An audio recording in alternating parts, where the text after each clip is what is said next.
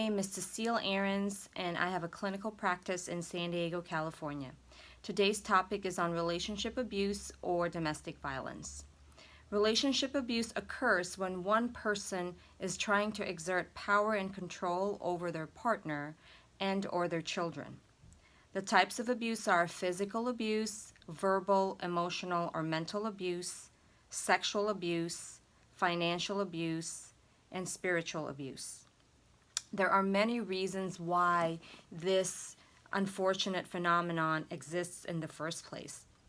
Typically, victims or survivors are locked in a dysfunctional relational pattern, and at the heart of an an abusive relationship is love.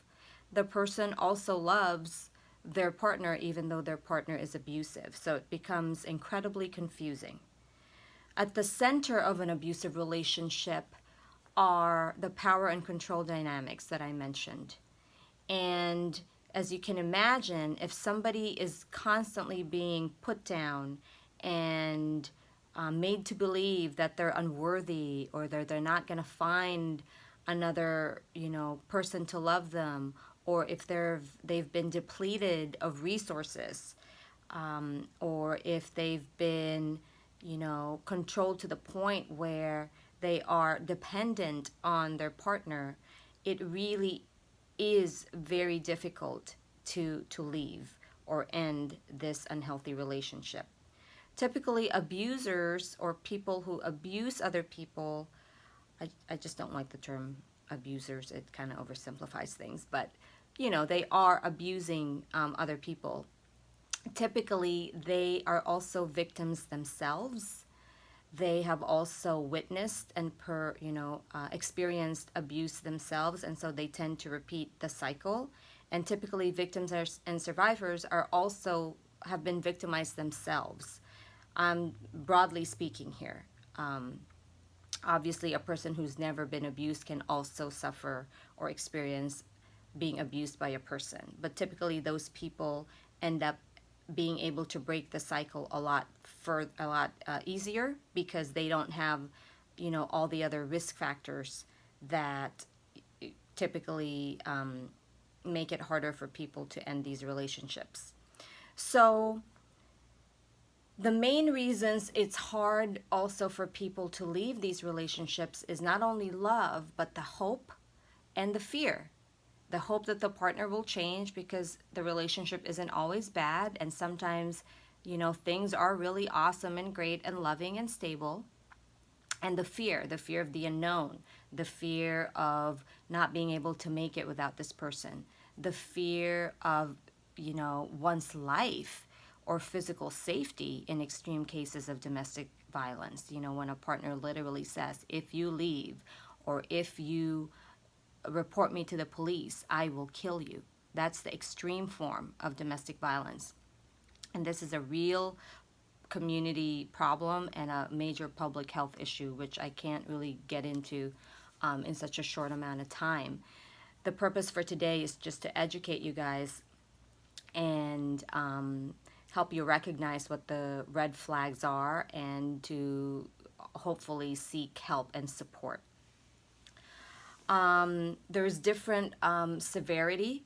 There's, some people have an abusive relationship where there's no physical abuse, but there's mental, emotional, and maybe financial abuse. And then you have, other relationships where there's a just constant physical abuse. So think of this as a continuum in terms of level of severity, that not all abusive relationships look one way or the same.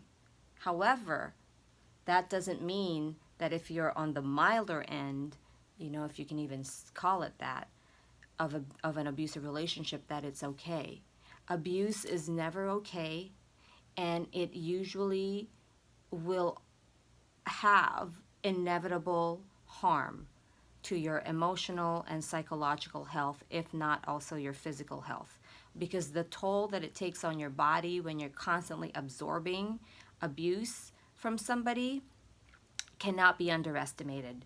And there are real physiological and physical effects from being in these kinds of relationships to the point of PTSD, major depression, anxiety disorders, substance abuse. The list can go on and on. And today also, I'm not going to talk about the violence or abuse that is perpetuated by people who are sociopathic or psychopathic or have psychotic disorders, because again, we don't have really time to delve into that deeply. So one of the big issues that victims face is not having the resources and self-esteem and self-efficacy to break the cycle of abuse in their lives. What is self-efficacy? Self-efficacy is the belief that you can do it, is the belief that you're going to be okay, is the belief that you're going to be able to figure life out without this partner.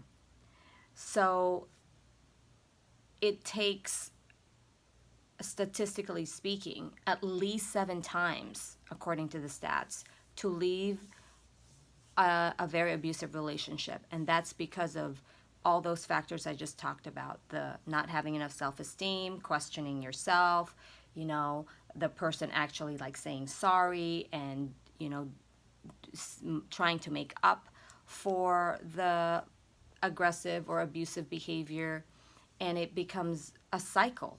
And so the cycle is usually honeymoon stage. That's when things are pretty stable, pretty calm, probably really loving and happy at times.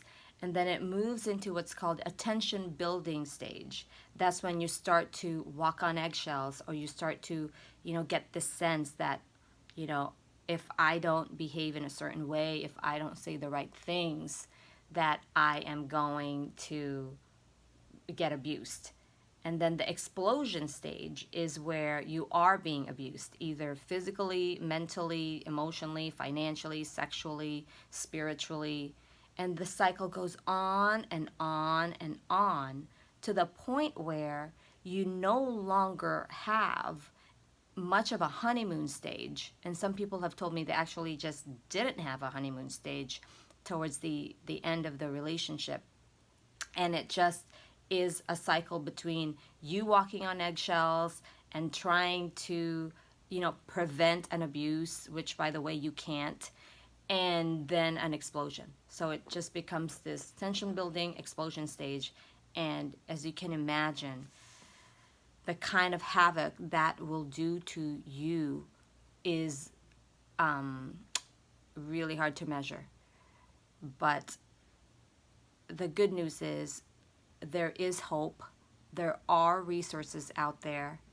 There are a lot of services who can help you and who understand the predicament that you're in. And also for people who have this abusive issue, for perpetrators, I want you to know that you can also break the cycle of violence in your life, that it doesn't have to be this way. You deserve help, just like victims do, because most likely you were victimized yourself. There were probably a lot of unmet needs in your own life that caused you to handle your anger and pain and depression in such a way where you thought, I need to control people, places, and things in my life in order for me to feel okay. And I need to use aggression and violence in order for things to feel okay. Those are learned behaviors. Those are conditioning. And I urge you to reach out, because as there are many services for victims or survivors, there are also a ton of services for you. Okay, so really please consider that. Take that to heart. For those who are trying to leave an abusive relationship and you're worried about your safety or your children's safety, please take caution and trust your gut. If you don't feel safe leaving in that particular moment, trust that. But do try to get some help so you can create what's called an exit or safety plan. You can do that by calling a domestic violence hotline or talking to a therapist who specializes in domestic violence.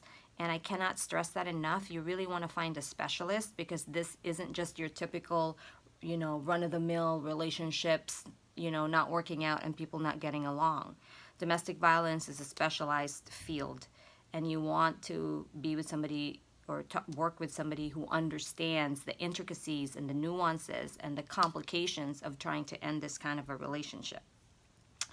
There's also the San Diego Access and Crisis Line if you reside in San Diego, and that number is 888-724-7240.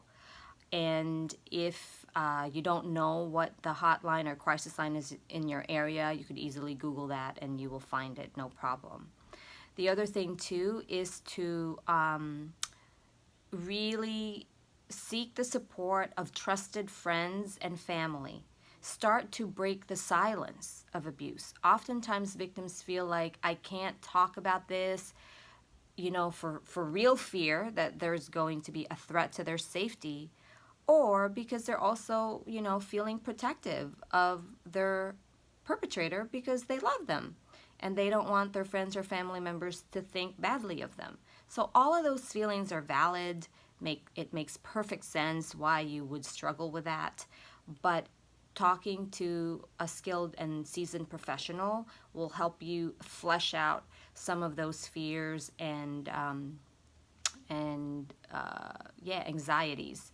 And you deserve support. You and or your children deserve a life free from violence and abuse. Love is not abuse.